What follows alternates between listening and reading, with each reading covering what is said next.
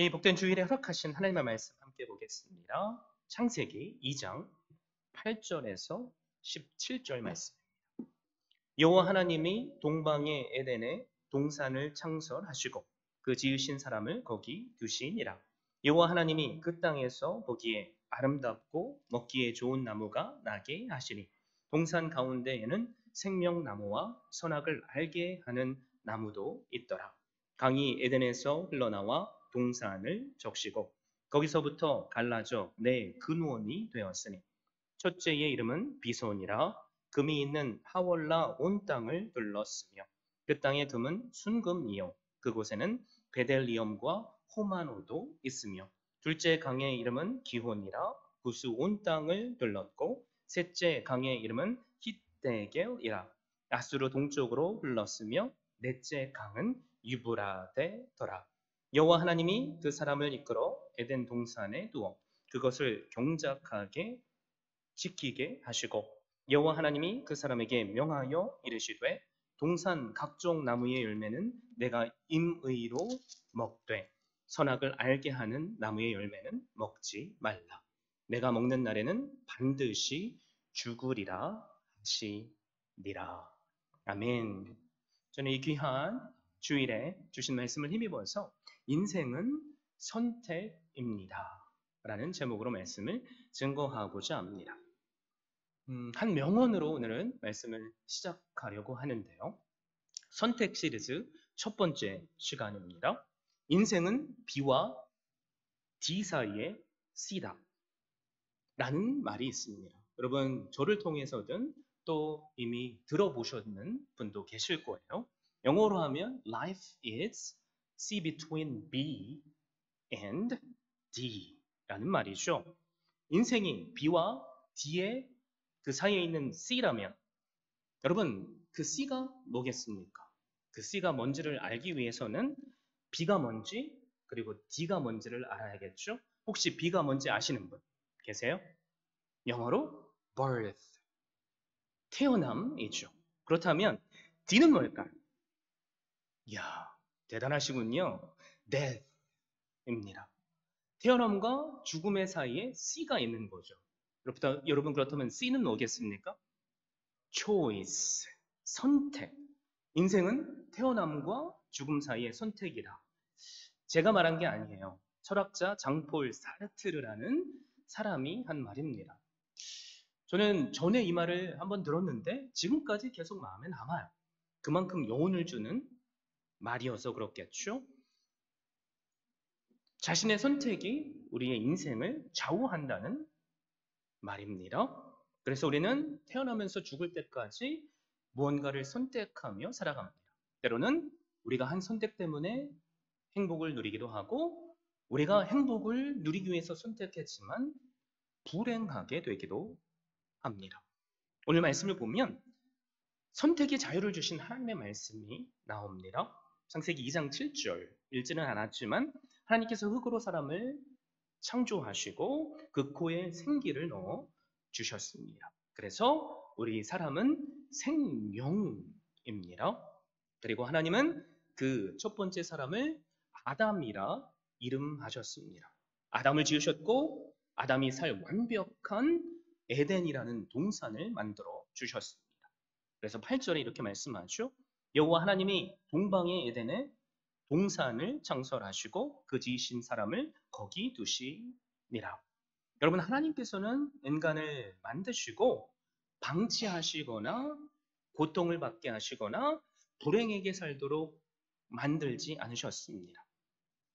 하나님은 인간된 우리가 살 수 있도록 완벽한 장소를 예비하셨고 그리고 그 예비한 장소를 허락하셨습니다. 왜 그럴까요? 하나님께서 우리를 향하신 계획은 불행이 아니라 뭐예요? 평안이자 행복이기에 그렇습니다. 그래서 우리가 잘 알고 있는 말씀이 있죠. 예레미야 29장 11절 여호와의 말씀이니라 너희를 향한 나의 생각을 내가 하나니 평안이요 재앙이 아니니라. 너희에게 미래와 희망을 주는 것이니라. 그러므로 하나님께서 우리 한 사람 한 사람을 이 땅에 보내셨을 때에는 우리를 향한 하나님의 놀라운 계획과 그리고 축복이 있습니다. 아담에게 미리 예비하신 에덴 동산을 주셨던 것처럼 우리에게도 허락하신 축복의 삶이 있다는 말입니다. 왜 그렇죠? 하나님은 그 어떤 환경 속에서도 비록 우리가 고난 아래에 있고 광야를 걸어간다고 느낄지라도 광야에서 만나와 메추라기로 함께 하셨던 하나님께서 여전히 우리와 오늘 함께 하시며 인도하시는 분이시기에 그렇습니다. 그래서 우리 입술에는 주기도문으로 이렇게 고백하잖아요. 매일 일용할 양식을 주시옵고 우리가 누구를 용서한 것처럼 우리의 죄를 용서하여 주시옵소서. 오늘 우리와 함께 하시는 주님을 믿기에 이 기도에는 힘이 실려 있는 겁니다. 그래서 저는 오늘 이 시간 우리가 함께 어떻게 하면 평안을 그리고 행복을 선택할 수 있을지 나누고자 합니다. 여러분 그 비결을 알고 싶으시죠? 아멘이십니까? 그러면 저와 함께 오늘 주신 말씀을 참고하며 그 비결을 나누기를 바랍니다. 하나님께서는 아담을 위해서 가장 좋은 장소인 에덴 동산을 예비해 주셨습니다. 하나님은 이 에덴을 도시라고 칭하지 않으셨어요.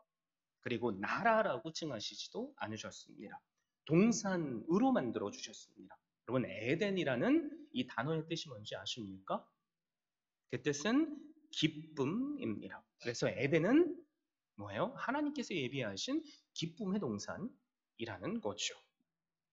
만약에 우리가 사는 우리의 가정에 기쁨이 있다면 그 가정이 오늘 우리에게 허락하신 에덴임을 아십시오. 우리가 함께 신앙생활을 하고 있는 이 교회 안에 여러분 기쁨이 있다면 이 교회가 에덴입니다. 교회가 아무리 크더라도 가정이 아무리 부자라도 그 안에 매일 싸운다면 여러분 그곳은 에덴이 아니라 지옥이죠. 저는 오늘 그래서 우리 마음속에 하나님께서 예비하신 기쁨이 충만할 수 있기를 바랍니다. 가정과 우리의 교회 안에 그리고 이 사회 안에 기쁨이 충만하기를 바랍니다. 왜요? 에덴 동산을 기쁨의 동산으로 하나님께서 예비하신 것처럼 우리의 가정을, 우리의 교회를, 우리가 사는 이 나라를 기쁨으로 예비해 주셨기 때문에 그렇습니다. 그래서 8절 후반부에 보시면 하나님께서 거기에 사람을 두시니라 라고 말씀하시죠. 하나님은 완벽한 기쁨의 장소를 만드시고 그 기쁨의 장소에 아담을 두셨습니다. 여러분 그런데 우리는 그 아담 이 죄를 범죄함으로 허락하신 에덴 그 기쁨의 장소를 잃어버렸다는 것을 알고 있죠. 스스로 죄를 선택했기 때문에 에덴에서 쫓겨난 이후의 인간들은 에덴 동산이 어떤 기쁨의 장소인지를 감히 상상할 수조차 없습니다. 그러므로 우리에게 가장 최우선적으로 필요한 것이 뭡니까? 우리의 죄를 해결받는 겁니다. 그래야만 우리에게 허락하신 이 땅에서의 에덴을 회복할 수 있습니다. 여러분, 우리가 어떻게 그렇다면 잃어버린 에덴, 그 행복을 회복할 수 있습니까? 그것은 하나님께서 이미 우리에게 예비하신 생명나무를 선택하는 겁니다. 여러분, 에덴 동산에 선악을 알게 해주는 나무만 있었던 것이 아니에요. 그 옆에는 잘 보이도록 생명나무도 함께 허락하셨습니다. 그 두 나무가 내가 어디 있든지 간에 볼 수 있는 장소에 떡하니 세워져 있는 거죠. 여러분 어디 그 두 나무뿐만이겠습니까? 우리가 매일 오늘은 뭐 먹지? 고민할 정도로 수많은 나무들을 허락하셨습니다. 그 나무들을 16절, 17절에 보니까 각종 나무의 열매는 내가 임의로 먹되라고 하셨죠. 우리에게 자유를 허락하신 겁니다. 그런데 한 가지 경고의 말씀을 주셨죠. 선악을 알게 하는 나무의 열매는 먹지 말라. 내가 먹는 날에는 반드시 죽으리라. 우리가 이미 잘 알고 있지만 아담은 생명나무가 아니라 그 어떤 나무의 열매가 아니라 결국에는 선악을 알게 하는 나무의 열매를 선택했습니다. 그 단 한 번의 선택이 그 인생을 불행하게 만들었습니다. 자, 그렇다면 우리는 하나님의 말씀을 읽으면서 이런 의문을 가질 수 있겠죠. 하나님께서 굳이 왜 선악을 알게 하는 나무의 열매와 그 나무를 에덴 동산 한가운데 두셨을까? 먹지 말라. 먹으면 네가 죽을 것이다. 라고 말씀하셨는데 굳이 왜 가장자리나 숨겨두시지 않고 잘 보이는 곳에 두셨을까? 아니면 이런 의문도 생길 수 있죠. 하나님께서는 이 나무를 만드시지 않으셔도 됐을 텐데 왜 만드셨을까? 우리가 성경을 읽다 보면 드는 생각이잖아요. 그렇죠? 그러면서 또 생각의 날개를 펼쳐보는 거죠. 하나님이 첫사람 아담과 하와가 이 나무 열매를 먹을 것을 모르셨을까? 여러분, 모르셨다면 하나님은 전지전능한 하나님이 아니시죠. 하나님은 분명히 아셨습니다. 그리고 그 열매를 따먹는 순간에도 보시고 계셨으며 그러나 그것을 용납하셨습니다. 그래서 때로는 우리는 이런 생각도 하죠. 하나님께서 그렇다면 뭐예요? 덫을 설치한 것처럼 결국 인간으로 하여금 그 덫에 걸려서 선악을 알게 하는 나무의 열매를 따먹게 하신 건가? 그런 생각이 우리 안에 있죠. 성경 공부할 때도 이런저런 질문들을 그래서 저뿐만 아니라 목사님들은 많이 들으셨을 거예요. 여러분, 그런데 하나님께서 선악을 알게 하는 나무를 에덴 동산 한가운데에 두신 이유가 있습니다. 왜 그러셨을까요? 그 선악과를 보고 하나님은 창조된 피조물로서 우리가 나는 누구인지를 알기를 원하셨기 때문입니다. 그래서 쉽게 정리하자면 하나님을 떠나서 우리는 살 수 없는 존재라는 것을 날마다 그 나무를 보고 깨닫게 해주시기 위함입니다. 여러분, 그렇지 않으면 우리 인간은 하나님을 잊어버릴 수밖에 없어요.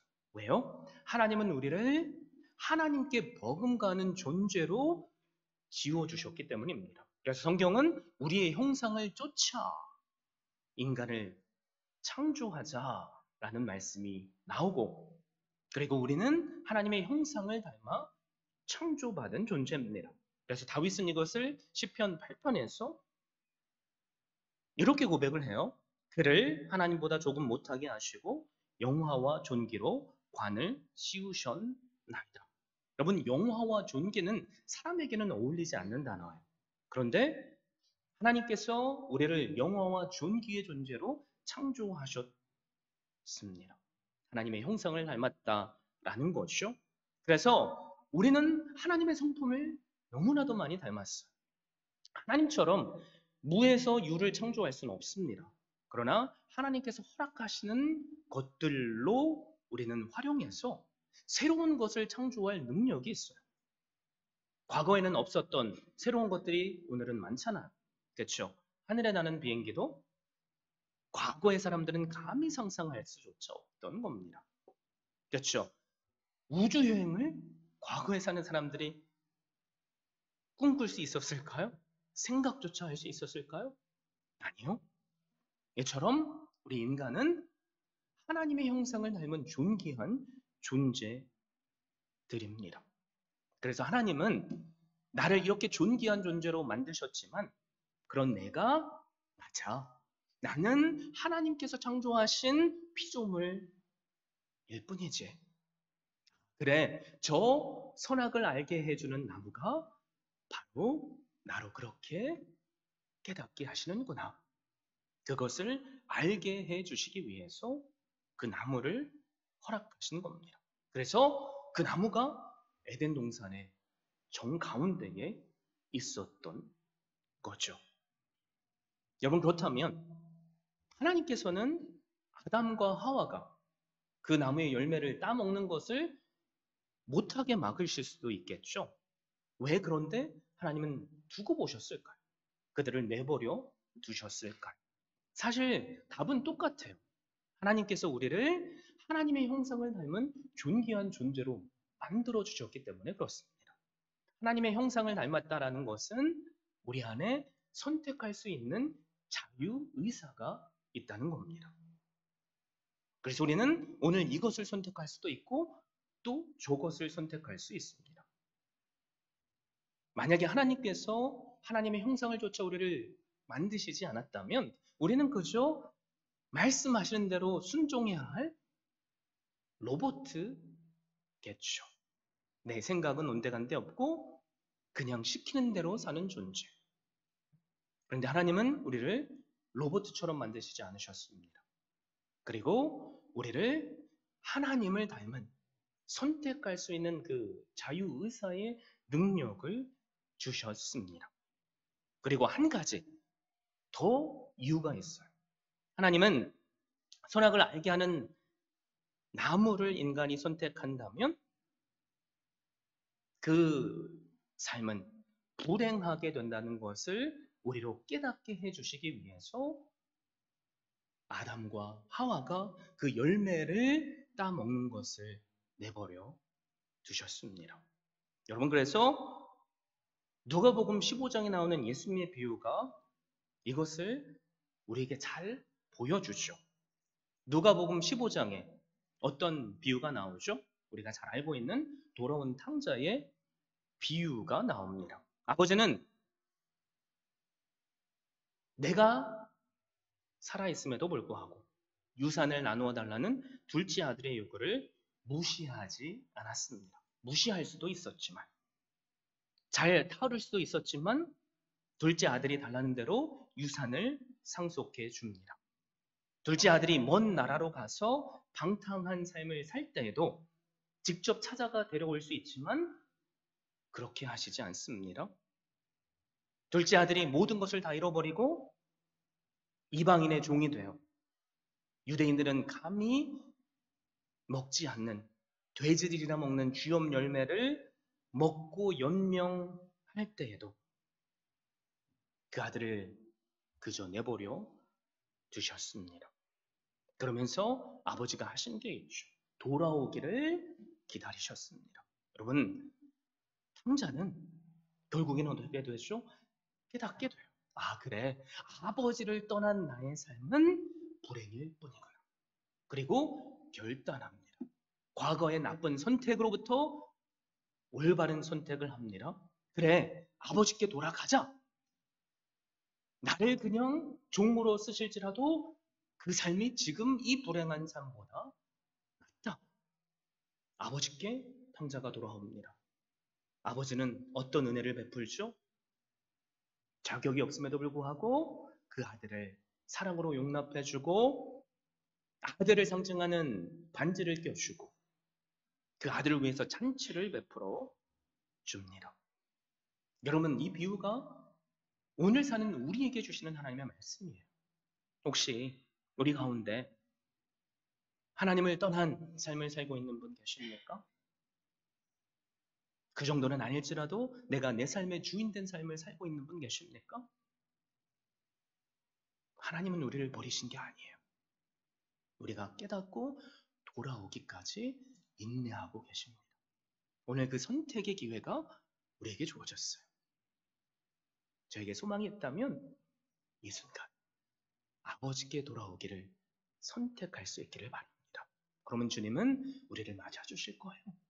그리고 세상이 줄 수 없는 평안으로 함께 해주실 줄 믿습니다. 그래서 아담과 하하가 선택했던 선악을 알게 해주는 열매의 결과는 불행입니다. 그러나 오늘 그 불행한 삶에서 우리가 돌이킨다면 그 말씀으로 우리가 깨닫게 되는 게 뭐죠? 불행은 끝이 나며 행복이 시작될 거라는 겁니다. 여러분, 그래서 우리가 자꾸 집중하지 못하는 것이 있는데 우리가 집중해야 할 나무는 선악을 알게 해주는 나무가 아니에요. 그 바로 옆에 있는 생명나무의 열매입니다. 여러분, 아담과 하와는 날마다 생명나무의 열매를 따먹을 수 있었어요.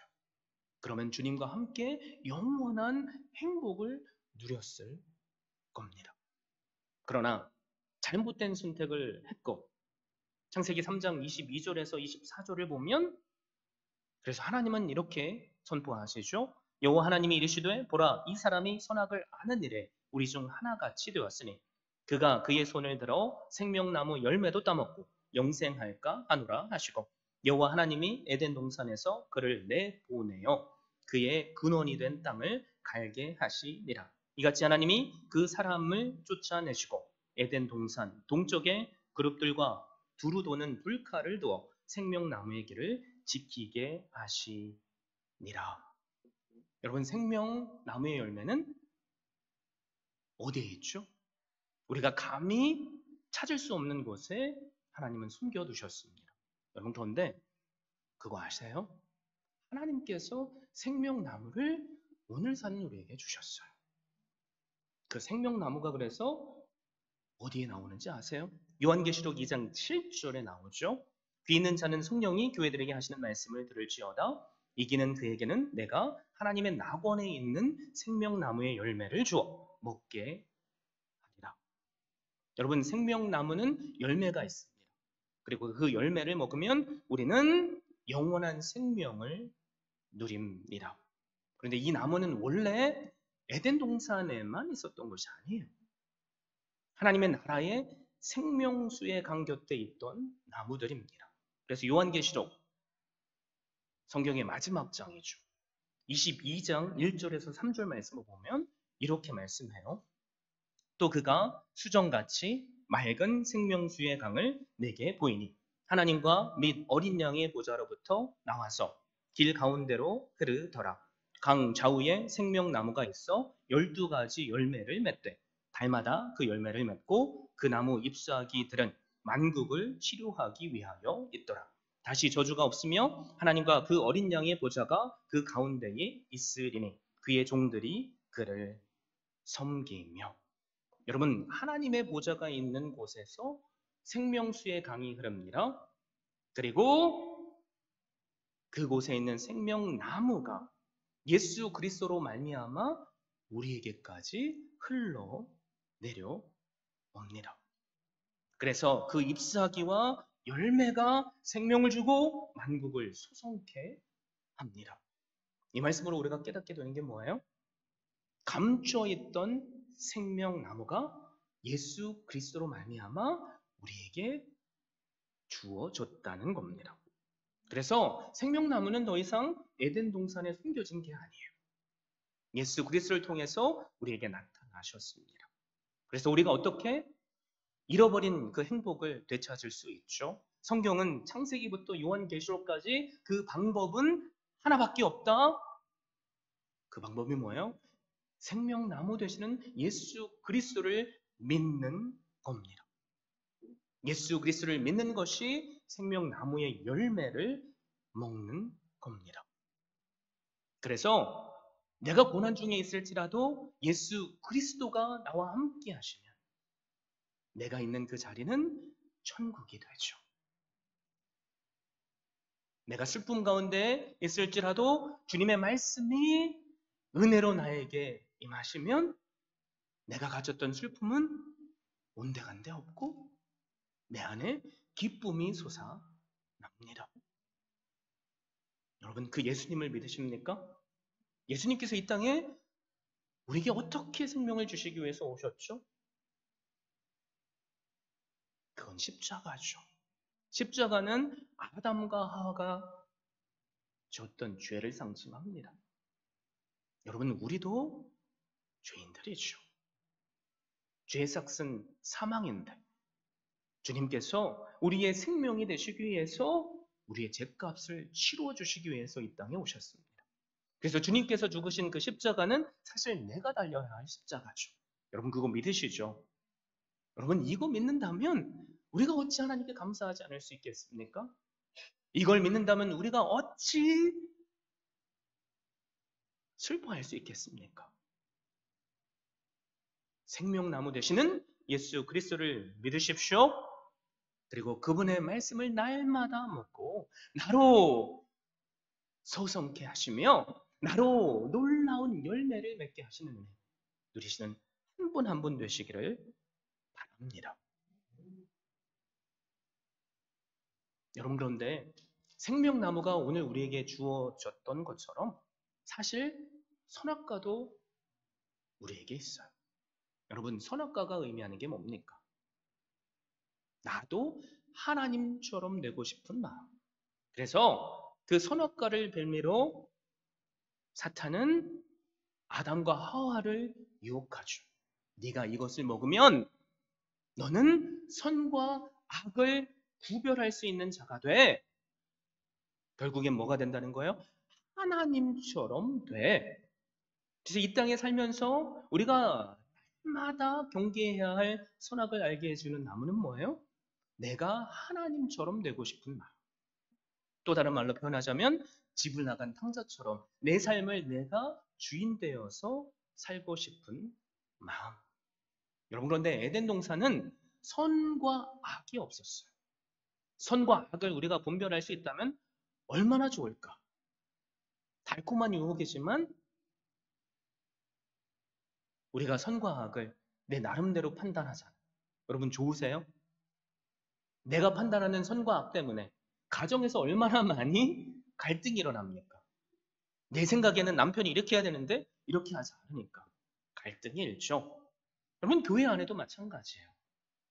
내가 하나님처럼 되면 나는 언제나 옳고 상대방은 옳지 않습니다. 그러면 그 결과 어떻게 되죠? 가정은 깨어져요. 교회는 무너집니다. 사회는 병들게 됩니다. 사탄이 우리에게 원하는 것이 그거죠. 여러분 그래서 오늘 사는 우리에게 선악과는 그 어디 있는 게 아니에요. 우리 마음속에 있습니다. 여러분 근데 그거 아시잖아요. 사람의 판단으로 사람을 살릴 수 없어요. 법으로는 절대 사람을 살릴 수 없습니다. 법은 죄를 깨닫게만 할 뿐이죠. 여러분 우리로 살게 하시는 하나님의 능력은 그래서 뭐예요? 예수 그리스도의 십자가입니다. 여러분 가정을 보세요. 매일매일 잘못을 따지는 가정은 더 이상 에덴이 아니죠. 교회도 마찬가지입니다. 갈등이 있는 교회는 에덴이 아닙니다. 오늘날 수많은 가정이 깨지고 있어요. 왜요? 내가 하나님이 되고자 하기 때문이죠. 수많은 나라와 나라가 갈등하고 싸우고 있습니다. 여러분 그래서 우리가 할 것은 누군가를 정죄하거나 판단하는 게 아니에요. 우리는 그저 주신 십자가의 사랑을 덧입고 그 한 사람을 사랑하면 됩니다. 그러면 그 사랑이 그 사람을 변화시킵니다. 바로 그게 생명나무가 하는 일이죠. 주님께서 이 땅에 오셔서 그 누구도 정죄하시지 않으셨어요. 그분께서 하신 것은 우리의 모든 죄를 대신 지시고 죽음으로 사랑을 베풀어 주셨습니다. 사랑하는 성도 여러분, 우리는 하나님의 형상대로 창조된 존귀한 자들입니다. 우리가 존귀한 자가 될 수 있는 방법은 예수 그리스도를 믿는 믿음밖에 없습니다. 그 믿음이 우리 안에 있기를 바랍니다. 그래서 life is C between B and D라고 했는데 태어남과 죽음 사이의 그 C는 선택이지만 결국에 우리는 C, 누구를 선택해야 되죠? Christ, 예수님을 선택해야만 합니다. 그래서 오늘 우리가 함께 이 2023년 마무리하는 12월을 보내고 있는데요. 지금까지 내가 잘못된 선택을 할지라도 아담과 하와는 뭐예요? 실패했을지라도 하나님은 오늘이라는 기회를 우리에게 주셨기에 오늘 예수 그리스도를 선택하십시오. 예수 그리스도께서 주신 그 말씀을 선택하십시오. 그리고 말씀에 따라 순종해 보십시오. 그럴 때 우리의 생명 나무 되시는 예수님께서 죽었던 우리를 살리시고 회복하시고 우리뿐만입니까? 우리 가정과 우리 교회와 이 땅마저도 소생케 하시는 은혜 허락하실 줄 믿습니다. 모든 책임에는 모든 선택에는 책임이 뒤따릅니다. 예수 그리스도를 선택하심으로 허락하시는 주님께서 우리의 인생을 책임지시는 영원한 생명을 누리시는 그 한 분 한 분 되시기를 바랍니다. 여러분 작은 것부터 하시면 돼요. 오늘 주님을 위해서 내가 성경을 한 번 다 읽겠습니다. 여러분 불가능한 거 하나님께서 원하시는 게 아니에요. 내가 할 수 있는 가능한 것. 오늘부터 말씀을 한 절씩이라도 읽겠습니다. 이걸 할 수 있잖아. 오늘부터 내 옆에 있는 내 아내에게, 내 남편에게, 내 가족에게 사랑의 고백을 해보겠습니다. 그 놀라운 일을 오늘 시작하십시오. 나는 그저 작은 것을 했을 뿐인데 나로 놀라운 행복으로 이끄시는 은혜가 주어질 줄 믿습니다.